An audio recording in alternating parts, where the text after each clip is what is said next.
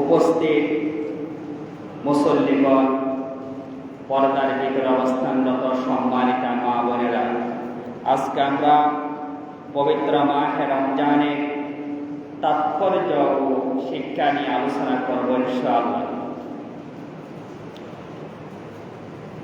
আমরা একটি মোবারক মাস অতিক্রম করছি।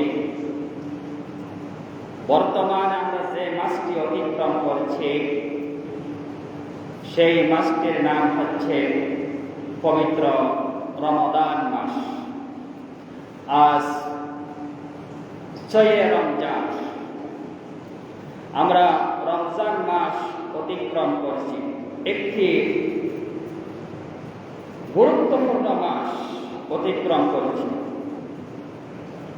রাসূল কারীম সাল্লাল্লাহু আলাইহি ওয়াসাল্লাম আখিরি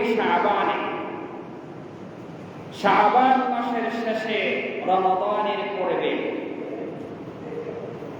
গোটা বিশ্ববাসীকে উদ্দেশ্য করে এক মহান আজিম শান ভাষণ দিয়েছিলেন। তিনি ওই ভাষণে বলেছেন, ইয়া আইয়ুহান নাস, হে জনতা, মানবমণ্ডলী, হে মানুষ, قد أذلكم شهر عظيم شهر مبارك شهر فيه ليلة خير من ألف شهر سبحان الله। রাসূল কারীম সাল্লাল্লাহু আলাইহি সাল্লাম ওই ভাষণে বলেছেন, হে মানুষ, তোমাদের উপর একটি আযীম শান কল্যাণময় মহান বরকতময় একটি মাস ছায়া বিস্তার করছে। শাহরুল মুবারক, কল্যাণময় মাস। শাহরুন ফীহি লাইলাতুন খায়রুম মিন আলফি শাহর, এমন একটি মাস আসতেছে যেই মাসে এমন একটি রাত রয়েছে যেই রাতের ইবাদত হাজার মাসের রাতের ইবাদতের চেয়ে উত্তম। সুবহানাল্লাহ। সামনে আসতেছে লাইলাতুল কদর। জাআলাল্লাহু সিয়ামাহু ফরিজা, নবীজি বলেছেন ওই মাসে আল্লাহ পাক তোমাদের উপর রোজার বিধান দিয়েছেন, রোজাকে ফরজ করে দিয়েছেন। ওয়া কিয়ামা লাইলাহু তাতাওয়ুআন, এই মাসে রাতে তারাবির নামাজ পড়াকে নফল করে দিয়েছেন। একটা হচ্ছে রমজানের রোজা, অপরটি হচ্ছে রাতের তারাবির নামাজ। আমি এই তারাবির নামাজের ব্যাপারে আলোচনা করেছিলাম, তবে অতি আফসোস, দিন যত যাচ্ছে তারাবির নামাজ থেকে মুসল্লি তত ছড়িয়ে যাচ্ছে, মুসল্লি চলে যাচ্ছে, মসজিদ খালি হয়ে যাচ্ছে, মানুষ তারাবির নামাজ পড়ছে না। কেন ভাই? তারাবির নামাজের প্রতি আমরা এত উদাসীন। শুধু সারাদিন না খেয়ে থাকার নাম তো রোজা নয়। সারাদিন যে সবসাদিকের সময় খেলাম আর নামাজ দোয়া কিছু পালন করলাম না, এর নাম তো রোজা নয়। রোজার কিছু আদব আছে, হক আছে, এই হকগুলো আমাদেরকে মেনে চলতে হবে। এই তারাবির নামাজের জন্য আল্লাহ রাসূলের সাহাবায়ে কেরাম গভীর রাত পর্যন্ত মসজিদের নববীতে হারামে অপেক্ষা করতেন। এই নামাজ কত যে দামি, মানুষ যদি একটা হাদিসের প্রতি লক্ষ্য করে তাহলে কখনো কোন নারী, কোন মুসলিম ভাই এই তারাবির নামাজ ত্যাগ করে দেবে না। আল্লাহর হাবিব বলেন, قال رسول الله صلى الله عليه وسلم من قام رمضان إيمانا واحتسابا غفر له ما تقدم من ذنبه।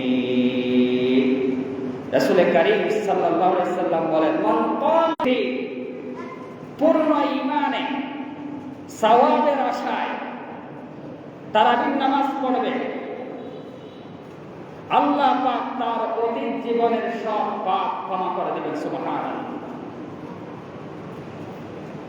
রমজান আগমন করেছে মানুষের পাপকে পুড়িয়ে জ্বালিয়ে ছারখার করে দেওয়ার জন্য। রমজান, রমজান শব্দটি রমদুন থেকে উৎপাদিত হয়েছে। রমদুন, রমদুন শব্দের অর্থ হচ্ছে জ্বালানো, পুড়িয়ে ফেলা, ধ্বংস করে দেওয়া, ছারখার করে দেওয়া। তার মানে হচ্ছে আল্লাহ যেভাবে চান বান্দা যদি সেইভাবে রোজা রাখে, পূর্ণ ঈমানের সওয়াবের আশায় বান্দা যদি রোজা রাখে, এই রোজার বিনিময়ে আল্লাহ পাক মানুষের পাপগুলিকে এমন ভাবে জ্বালিয়ে পুড়িয়ে ছারখার করে দেয়, যেই রূপ আগুন ময়লাকে পুড়ে ছারখার করে দেয়। সুবহানাল্লাহ। রোজা রাখলে যেভাবে আল্লাহ চান সেইভাবে রোজা রাখলে রোজার কারণে মানুষের পাপগুলি আল্লাহ ধ্বংস করতে জ্বালিয়ে পুড়িয়ে ছারখার করে দেন। এই জন্য রোজা একটি রমজান, রোজার অর্থ করা হয়েছে পুড়িয়ে দেওয়া, জ্বালিয়ে ফেলা। রোজা শব্দটি ফার্সি, এর আরবি হচ্ছে সওম। সওম এটি এক বছর বহু বছর সিয়াম, রোজা সমূহ, যেমন কোরআনে এসেছে ইয়া আইয়ুহাল্লাযীনা আমানু কুতিবা আলাইকুমুস সিয়াম কামা কুতিবা আলাল্লাযীনা মিন ক্বাবলিকুম লাআল্লাকুম তাত্তাকুন। আল্লাহ পাক বলেন, হে বিশ্বাসীরা, কুতিবা আলাইকুমুস সিয়াম, তোমাদের উপর রোজার বিধান দেওয়া হয়েছে, সিয়াম ফরজ করা হয়েছে। কামা কুতিবা আলাল্লাযীনা মিন ক্বাবলিকুম, যেরূপ তোমাদের পূর্ববর্তী লোকদের উপর ফরজ করা হয়েছিল। লাআল্লাকুম তাত্তাকুন, যাতে করে তোমরা তাকওয়া অবলম্বন করতে পারো। সুতরাং এই মাস হচ্ছে তাকওয়ার মাস। তাকওয়া অর্জন করার জন্য আল্লাহ রোজার বিধান দিয়েছেন। নিজেকে সকল প্রথা, গর্হিত কাজ, অন্যায়, পাপাচার, মিথ্যা, জুলুম, সুদ, ঘুষ, পাপাচার থেকে বিরত থেকে তাকওয়া অর্জন করার জন্য আল্লাহ রোজার বিধান দিয়েছেন। সুতরাং সাওম এটি আরবি শব্দ, এর অর্থ হচ্ছে বিরত থাকা। আপনি কোথায় থেকে বিরত থাকবেন? রোজার সংজ্ঞা করা হয়েছে এইভাবে, আসসিয়াম আসসাম হুয়া ইমসাক আনিল আকলি ওয়াশ শুরবি ওয়াল জিমা মিন তুলুইল ফাজর ইলা গুরুবিশ শামস মা'আন নিয়া। রোজার পরিচয় দেওয়া হয়েছে এইভাবে, সুবহ সাদিক থেকে সূর্যাস্ত পর্যন্ত খানা পিনা, খাওয়া পিনা, স্ত্রী সহবাস, বিভিন্ন পাপাচার কাছ থেকে বিরত থাকার নাম হচ্ছে রোজা। এখানে মৌলিকভাবে তিনটা বিষয়ের কথা উল্লেখ করা হয়েছে। রোজা রাখলে আপনি খেতে পারবেন না। আমরা প্রথমে যে সব কারণে রোজা ভেঙে যাবে সেই সব কারণগুলো নিয়ে আলোচনা করি।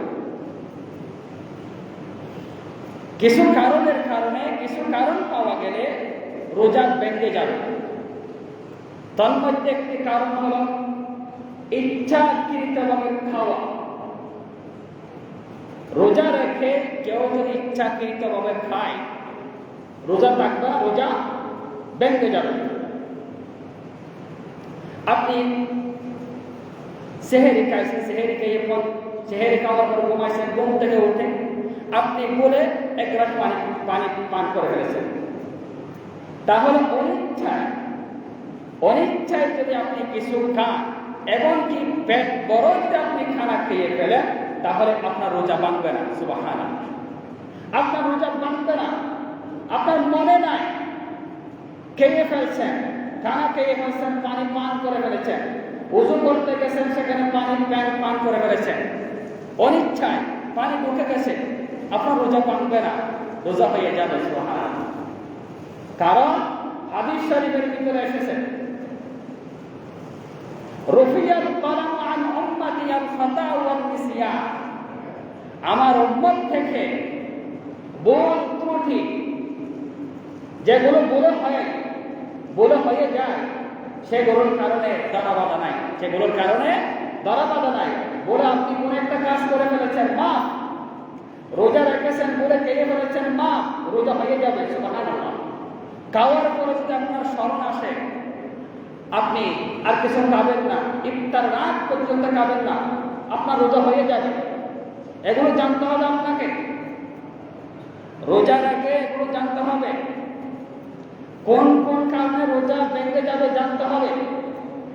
রোজার আগে কোন কোন কাজ আপনি করতে পারবেন না, এগুলো জানতে হবে। এগুলো না জেনে যদি আপনি রোজা রাখেন, কোথাও যদি একটা শুনে যায়, আপনার রোজা যে চলে গেছে না, আপনিও জানবেন না। এই জন্য রোজা ভঙ্গের কারণ জানতে হবে, নামাজ ভঙ্গের কারণও জানতে হবে, নামাজের ফরজ ওয়াজিব এগুলো জানতে হবে। এগুলো না জানা আপনি নামাজ কিভাবে আদায় করবেন? সুতরাং রোজা ভঙ্গের কারণ মধ্যে একটি কারণ হলো ইচ্ছাকৃতভাবে খাওয়া। নম্বর 2, ইচ্ছাকৃতভাবে পান করা। 3 নম্বরে স্ত্রী সহবাস করা। এটি কিন্তু খুব জটিল আর কঠিন বিষয়, অনেক দাম্পতি জানে না। স্ত্রী সহবাস করলে যে রোজা ভেঙে যায়, সেটা অনেক দাম্পতি জানে না, অনেক মা বোনেরা জানে না, ভাইয়েরা জানে না। আপনি চেহারি খাওয়ার পরে আবার স্ত্রীর সাথে ঘুমাইছেন, সহবাস করছেন, মিলন করছেন, আপনার রোজা নাই, রোজা চলে গেছে। চেহারি খাওয়ার পরে আলাদা হয়ে যাবে। চেহারি খাওয়ার পর স্ত্রী সহবাস করে রোজা থাকবে না, রোজা ভেঙে যাবে। 4 নম্বরে ইচ্ছাকৃতভাবে বমি করবে। কেউ যদি ইচ্ছাকৃতভাবে বমি করে, তার রোজা থাকবে না। যদি অনিচ্ছায় যদি গ্যাস্ট্রিকের কারণে, গ্যাস জমা গেলে যদি বমি হয়, তাহলে রোজা ভাঙবে না। 5 নম্বর রোজা ভঙ্গের কারণ মাস্টারবেশন। যুবক ভাইয়েরা, রোজা রাখার পর যদি কেউ হস্তমোদন করে, বীর্য আউট করে, রোজা থাকবে না, রোজা শেষ হয়ে যাবে। 6 নম্বরে নাকের ড্রপ। এটা খেয়াল করেন বেশি, নাকের ড্রপ ব্যবহার করলে রোজা থাকবে না, রোজা ভেঙে যাবে। অনেক ভাইয়েরা অ্যালার্জির কারণে নাকের ড্রপ ব্যবহার করে। আপনি চেহারা খাইছেন, আবার ঘুম থেকে উঠে নাকের ড্রপ ব্যবহার করেছেন, আপনার রোজা কিন্তু থাকবে না। কারণ ড্রপ নাকে দিলে সেগুলো কোথায় এসে যায়? গালে এসে যায়। বাহিরের জিনিস যখন ভিতরে ঢুকবে, তখন আর রোজা থাকবে না, রোজা চলে যাবে। সুতরাং রোজা রেখে নাকের ড্রপ ব্যবহার করবেন না। এই ড্রপ ব্যবহার দ্বারা আপনার রোজা নষ্ট হয়ে যাবে। এই 6টি কারণ হল রোজা ভঙ্গের কারণ। এই 6টি কারণ থেকে আমাদেরকে বিরত থাকতে হবে। আবার বলছি, ইচ্ছাকৃতভাবে খাওয়া যাবে না, পান করা যাবে না, স্ত্রী সহবাস করা যাবে না, বমি করা যাবে না ইচ্ছাকৃতভাবে, মাস্টারবেশন হস্তমোদন করা যাবে না, নাকের ড্রপ ব্যবহার করা যাবে না। এই 6টি থেকে একটি কারণ যদি কারো কাছ থেকে পাওয়া যায়, তার রোজা থাকবে না, তার রোজা শেষ হয়ে যাবে। এরপরে রোজা রেখে যে সব কাজ থেকে আমরা বিরত থাকবো, যেগুলো মাকরুহ, যেগুলো রোজার আদবের খেলাফ, আদবের বিপরীত, যেগুলো করলে রোজার ক্ষতি হবে, তার মধ্যে একটি হলো গীবত। ভাইয়েরা আমার, রোজা রেখে গীবত করবেন না। আমার মাতুরদা, রোজা রেখে কোন পুরুষের, কোন নারীর গীবত করবেন না। আমার ভাইয়েরা, বৃদ্ধ বাবার, যুবক ভাইয়েরা, তরুণ ভাইয়েরা, রোজা রেখে দোকানে বসে গীবত করবেন না, কারো গীবত মানুষের পিছনে লাগার দরকার নেই। যে মানুষের পিছনে লাগে সে সব সময় পিছনের কাতারে থাকে, সে সামনের কাতারে যেতে পারবে না। গীবত থেকে বিরত রাখবেন। গীবতকে কত ভয়ঙ্কর ইসলামের দৃষ্টিতে, যেটা নিয়ে আলোচনা করলে ঘন্টাকে ঘন্টা আলোচনা করা যাবে, শেষ করা যাবে না। একটা মাত্র হাদিস শোনায় আল্লাহর হাবিব সাল্লাল্লাহু আলাইহি ওয়াসাল্লাম বলেছেন, আল-গীবাতু আশাদ্দু মিনাজ জিনা, নাউযুবিল্লাহ। গীবতের গুনাহ জিনার গুনার চাইতে ভয়ঙ্কর। গীবতের পাপ জিনার পাপের চাইতে ভয়ঙ্কর। আমরা মনে করি জিনা করা বিষয় অন্যায়, আসলে নয়। জিনা কাকে বলে? জিনা বলা হয় বিবাহ বহির্ভ নারী পুরুষের শারীরিক মিলনকে জিনা বলে। আপনি যে ভাইয়ের গীবত করেছেন, দোকানে বসে বসে চা খেয়ে খেয়ে, বিড়ি টেনে টেনে, সিগারেট খেয়ে খেয়ে, যে ভাইয়ের গীবত করেছেন, সে যতক্ষণ ক্ষমা করে দেবে না, তার কাছে যতক্ষণ মাপ চাইবেন না, সে যতক্ষণ ক্ষমা করবে না, ততক্ষণ আল্লাহ গীবতের গুনাহ ক্ষমা করবে না। এই জন্য রোজা রেখে কখনো গীবত করে রোজাকে নষ্ট করতে যাবেন না। এটা কিন্তু 1 নম্বর খুব গুরুত্বপূর্ণ পয়েন্ট। রোজা রেখে গীবত করতে যাবেন না। 2 নম্বরে যে কাজ থেকে বিরত থাকবেন, মিথ্যা কথা বলবেন না। এই পৃথিবীর যত পাপ আছে, সব পাপের মূল হলো মিথ্যা। আল-কিযবু রাসুল যুনুব, মিথ্যা সকল পাপের জননী। মিথ্যা সাক্ষী দিবেন না, মিথ্যা কথা বলবেন না। একজন মানুষ নিজেকে মিথ্যাবাদী হওয়ার জন্য এটাই যথেষ্ট যে সে যা শুনছে তা বলে বেড়াবে। একটা কথা একজন থেকে শুনেছে, সেই কথা আরেকজনকে বলেছে। সাংবাদিকের মতো সালাতে আছে, সে বড় মৃত্যু, বড় ফাঁকি।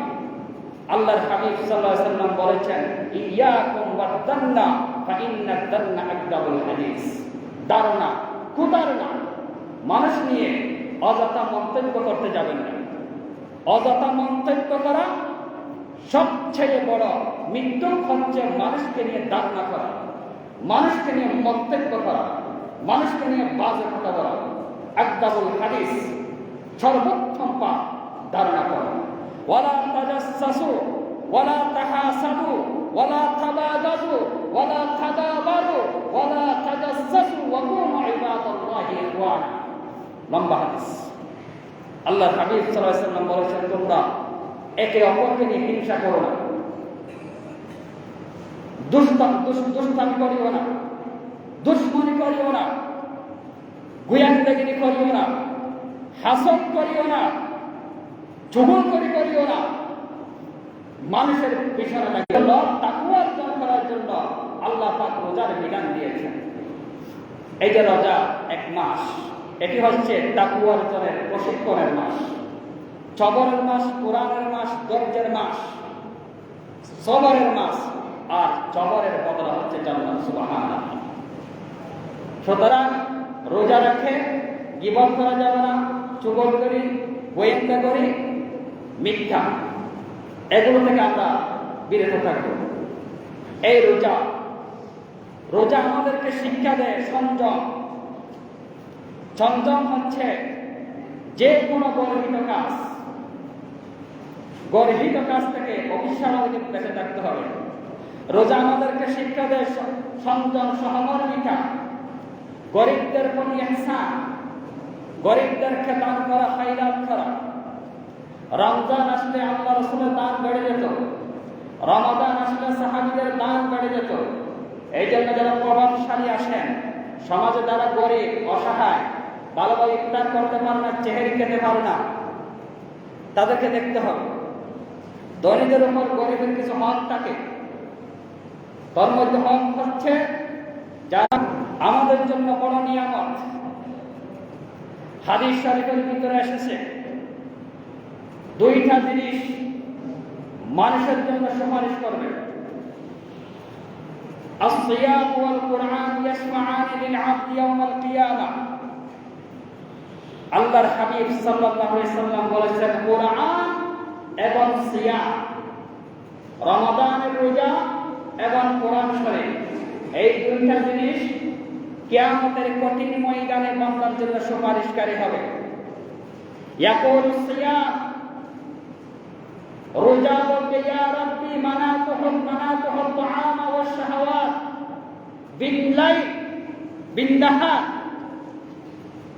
কোরআন আল্লাহর সামনে দাঁড়িয়ে যাবে কিয়ামতের কঠিন হাসরের ময়দানে।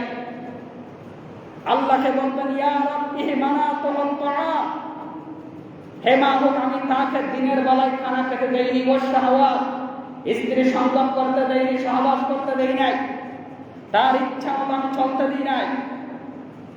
ফাশাফি'নি ফীহি, সুতরাং আমি তার পক্ষে তার ব্যাপারে আমি সুপারিশ করছি, আপনি সুপারিশ কবুল করুন। ইয়াকুলুল কুরআন, কিয়ামতের দিন কোরআন উপস্থিত হয়ে যাবে, হাজির হবে। কোরআনকে আল্লাহ শক্তি দেবেন কথা বলার জন্য।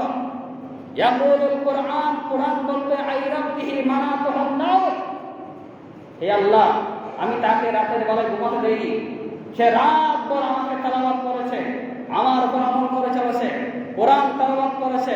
ফাশাফি'নি ফীহি, আমি তার পক্ষে সুপারিশ কামনা করছি, আমি তার জন্য সুপারিশ কামনা করছি, আপনি সুপারিশ কবুল করুন।